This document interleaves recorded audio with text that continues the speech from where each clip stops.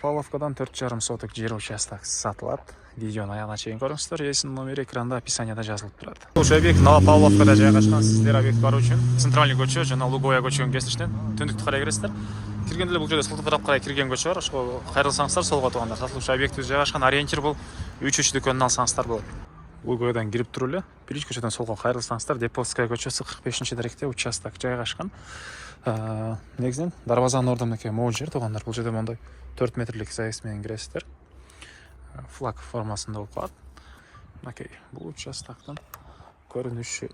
Документи боюнча кызыл китеби бар туугандар. Бул заезд эле ушул кызыл китепте полный 4,5 соток.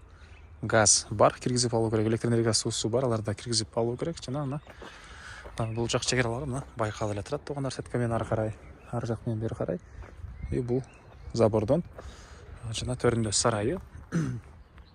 Дагы эмне маалыматы? Документ боюнча кызыл китеп, мондай жаш бактары дагы бар экен.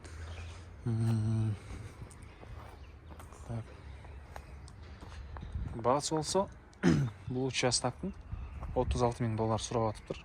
Дагы реальный клиенттер менен соодалашабыз, сүйлөшөбүз дейт. Эсин номери 0554 089 085. 0554 089 085 туугандар.